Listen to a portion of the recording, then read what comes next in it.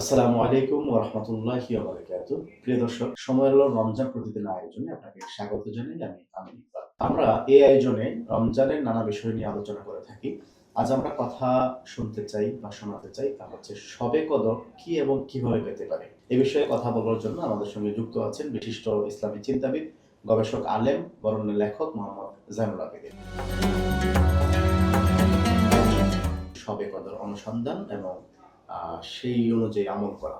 তো আমরা আপনার কাছ থেকে নির্দিষ্ট করে যদি জানতে চাই, শবে কদর আসলে কি, কিভাবে পেতে পারি? আল্লাহ জাল্লা জালালুহু শবে কদর এর মর্যাদা এবং এর ফজিলত সম্পর্কে সরাসরি বলে দিয়েছেন যে শবে কদর এটা হাজার মাসের চাইতে শ্রেষ্ঠ। এর অর্থ হলো যে একজন মানুষ যদি একাধারে হাজার মাস সে সারা দিন নেকামল করলো, সারা রাত নেকামল করলো, সারা দিন নেকামল, এই হাদিসের ব্যাখ্যা যারা করেছেন তারা বলেছেন যে সারা দিন নেকামল হলো যে এমন যে আল্লাহর পথে জিহাদ করে কাটিয়েছে সে হাজার মাস, তাহাজ্জুদে কাটিয়েছে হাজার মাস, তাহলে এই ব্যক্তি যে পরিমাণে নেকি পাবে, যদি কোনো ব্যক্তি একটা শবে কদর পায় এবং সেটাকে যদি সে এবাদতের ভেতর দিয়ে কাটাতে পারে, তাহলে ওই ব্যক্তি তার চাইতে বেশি পরিমাণে নেকি পাবে। এটা একরকমের একটা কল্পনাতীত। আল্লাহ জাল্লা জালালুহু যেহেতু তিনি সৃষ্টিকর্তা এবং যেহেতু তার কোনো সিদ্ধান্তের বিষয়ে কারো প্রশ্ন করবার কোনো অধিকার নাই, এই জন্য আল্লাহ জাল্লা জালালুহু উম্মতে মুহাম্মাদিকে এই সুযোগটা দান করেছেন যে যদি কোনো উম্মতে মুহাম্মাদি একটা শবে কদর সুন্দরভাবে কাটাতে পারে, তাহলে হাজার মাস একাধারে জিহাদ এবং তাহাজ্জুদের মধ্যে কাটালে যে নেকি তার চেয়ে বেশি নেকি সে শবে কদরে সে পাবে। কেন পাবে? এর কারণটা হলো আল্লাহ জাল্লা জালালুহু বলেছেন ইন্না আনজালনাহু ফি লাইলাতুল কদর। তার কারণ হলো এই রাতেই আমি কোরআন অবতীর্ণ করেছি। তাহলে বোঝা গেল যে কোরআনটাই হলো মূল শক্তি। এই কোরআনটাকে কেন্দ্র করেই হলো শবে কদরের এই ফজিলত। যেহেতু শবে কদরটা ধারণ করে রমজান মোবারক নামের একটা মাস, তাই এই শবে কদর অনেকটা পরশ পাথরের মতো। এর ছোঁয়ায় পুরো রমজান মাসের মূল্যটা এই দাঁড়িয়ে গেছে যে এই মাসে একটা নফল আমল করলে একটা ফরজ আমলের নেকি পাওয়া যায়, একটা ফরজ করলে 70টা ফরজের নেকি পাওয়া যায়। এমনকি বুখারী শরীফের রওয়ায়াতে এসছে হযরত রাসূলুল্লাহ সাল্লাল্লাহু আলাইহি ওয়াসাল্লাম বলেছেন, কেউ যদি রমজান মোবারকে উমরা করে তাহলে সে আমার সঙ্গে হজ করার নেকি পাবে। তো এটা এই সবটাই হলো মূলত কোরআনে কারীমের উসিলায়। এই জন্য কোরআনে কারীমটা যেন একটা পরশ পাথর, এর ছোঁয়ায় এই শবে কদর হয়েছে। আবার এই শবে কদরের ছোঁয়ায় পুরো রমজান মাস বিশাল মর্যাদার অধিকারী হয়েছে।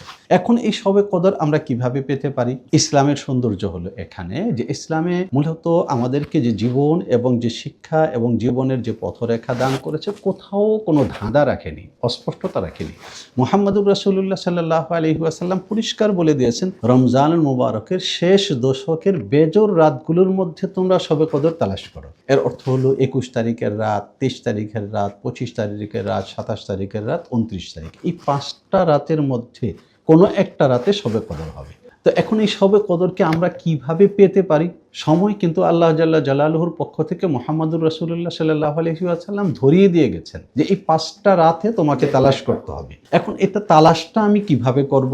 হযরত রাসূলুল্লাহ সাল্লাল্লাহু আলাইহি ওয়াসাল্লাম নিজে প্র্যাকটিস করে সেটা দেখিয়েছেন যে তিনি বরাবর রমজানের শেষ দশকে মসজিদে মুতাকিফ হয়ে যেতেন, ইতিকাফে বসে যেতেন। তো যখন মসজিদে আছি তখন শবে কদর কোনোভাবে আমাকে পাশ কাটিয়ে কোনো দিকে যেতে পারবে না। এজন্য আমরা যারা শবে কদর পেতে চাই, যারা আমরা আমাদের জীবনকে এই নূরের হরফে আমাদের নামগুলোকে আমরা আল্লাহ জাল্লা জালালুহুর সামনে লিখিয়ে দিতে চাই, তারা সহজ তরিকা হলো যে রমজানের শেষ দশক আমরা ইতিকাফে কাটাবো। যদি সেটাও সম্ভব না হয় পেশাগত কারণে আর অন্য কোনো সীমাবদ্ধতার কারণে, তাহলে অন্ততপক্ষে বেজর রাতগুলো যেন এমন হয় যে বেজর রাতগুলো আমরা ইবাদত বন্দেগীতে কাটাই। কিন্তু এই শেষ দশকের এই 5টা রাত অনির্দিষ্ট রাখার হিকমতটা কি? নির্দিষ্ট করা হলো না। এটা হাদিস শরীফে এসছে। দুটো কথা এখানে, যে হযরত রাসূলুল্লাহ সাল্লাল্লাহু আলাইহি ওয়াসাল্লামকে আল্লাহ জাল্লা জালালুহু জানিয়ে দিয়েছিলেন যে শবে কদর ঠিক এই রাতটাতে হবে। মুহাম্মদুর রাসূলুল্লাহ সাল্লাল্লাহু আলাইহি ওয়াসাল্লাম এই কথাটা বলবার জন্য তার ঘর থেকে বেরিয়েছেন, দেখলেন যে দুই সাহাবী তর্ক করছে একটা বিষয়ে। তো তাদের তর্ক মীমাংসা করতে গিয়ে রাসূলুল্লাহ সাল্লাল্লাহু আলাইহি ওয়াসাল্লাম ওই তারিখটা ভুলে গেছেন, আল্লাহ জাল্লা জালালুহু তার মন থেকে সরিয়ে দিয়েছেন। এবং বলেছেন দেখো তোমরা এই তর্ক করলে তর্ক জিনিসটা ভালো না।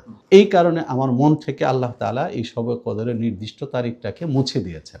এখন এই মুছে দিয়েছেন আল্লাহ জাল্লা জালালুহু, চাইলে সেটাকে ঠিক স্মরণে রেখে দিতে পারতেন। 30 পারা কোরআন শরীফ যে আল্লাহ জাল্লা জালালুহু স্মরণে রেখে দিয়েছেন, তো এই একটা কথা কেন স্মরণে রাখলেন না?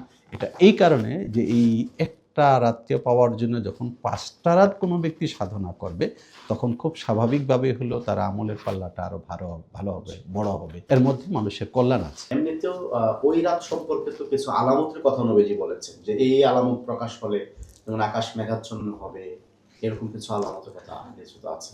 হ্যাঁ, আছে। হযরত রাসূলুল্লাহ সাল্লাল্লাহু আলাইহি ওয়াসাল্লাম বলেছেন যে আমি দেখেছি যে আমি পানি এবং কাদার মধ্যে সিজদা করছি।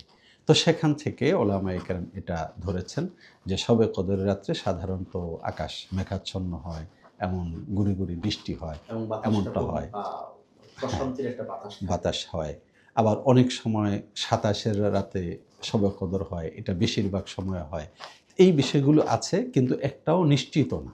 প্রিয় দর্শক, আমরা শবে কদর সম্পর্কে খুবই গুরুত্বপূর্ণ আলোচনা শুনছিলাম। আশা করি এবারের রমজানে শবে কদরটাকে আমরা কাজে লাগাবো এবং শবে কদরের যে বৈশিষ্ট্য এবং ফজিলত রয়েছে নিজেদের আমলনামায় সেটা নিয়ে আসার চেষ্টা করবো ইনশাআল্লাহ।